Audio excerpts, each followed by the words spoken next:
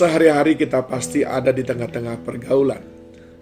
Dan pergaulan kita tidak bisa dipungkiri ada banyak memberikan dampak dalam kehidupan kita. Tapi izinkan saya memberikan 3 pertanyaan kepada saudara.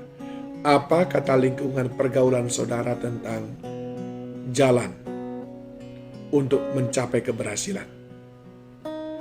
Apa menurut lingkungan sekeliling saudara tentang standar kebenaran? Dan apa pula menurut orang-orang di sekeliling saudara tentang keberhasilan kehidupan? Hal ini menjadi penting saudaraku, sebab dikatakan di dalam 1 Korintus 15 ayat yang ke-33, jangan kamu sesat, pergaulan yang buruk merusakkan kebiasaan yang baik.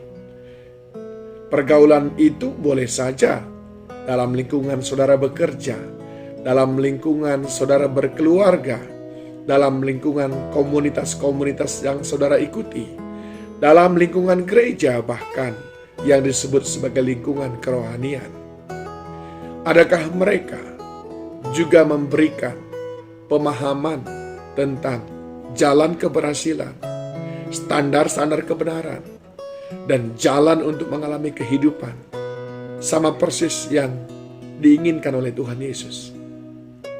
Yesus berkata di dalam Yohanes 14 ayat yang ke-6, kata Yesus kepadanya, akulah jalan dan kebenaran dan hidup. Tidak ada seorang pun yang datang kepada Bapa kalau tidak melalui aku. Akulah jalan itu, akulah kebenaran itu, dan akulah kehidupan itu, kata Yesus. Apakah sama dengan apa yang dikatakan oleh orang-orang di sekeliling saudara?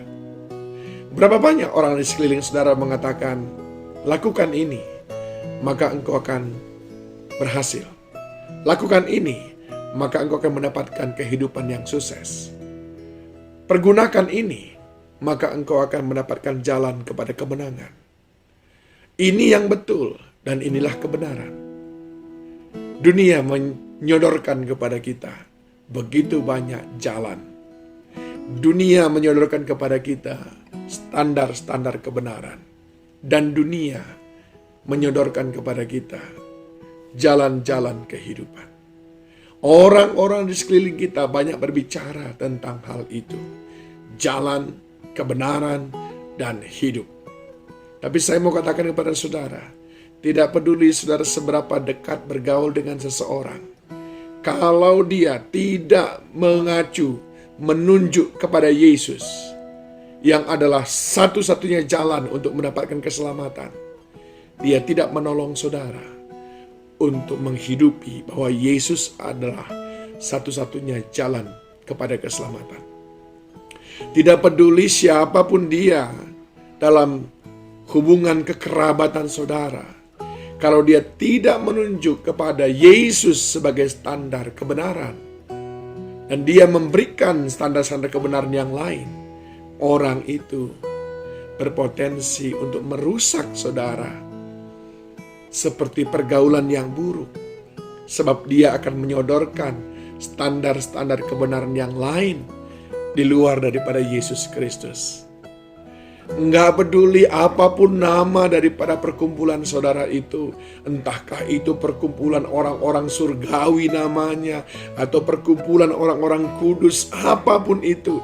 Kalau komunitas di dalam perkumpulan itu, kalau orang-orang dalam lingkungan itu tidak mengacu, tidak menunjuk, tidak mengarahkan Yesus sebagai satu-satunya sang sumber kehidupan, Yesus sebagai satu-satunya sang penjamin kehidupan, baik hidup di bumi maupun hidup kekal di surga, maka itu bukanlah komunitas, itu bukanlah orang-orang yang menolong saudara mengenal Yesus sebagai satu-satunya kehidupan.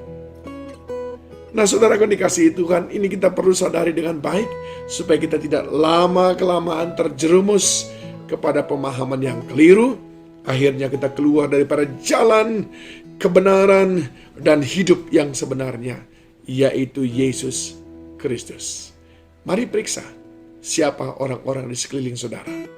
Apakah dia selalu berbicara dengan menggunakan standar Yesus Kristus? Apakah dia selalu mengatakan bahwa kita harus hidup seturut dengan Kristus Yesus? Apakah dia selalu mengatakan bahwa jalan keberhasilan tiada yang lain selain daripada Yesus Kristus? Apakah mereka selalu menunjuk kepada bahwa kehidupan yang sebenarnya hanya ada di dalam Yesus? Atau berbeda dengan hal itu? Tuhan Yesus menolong saudara.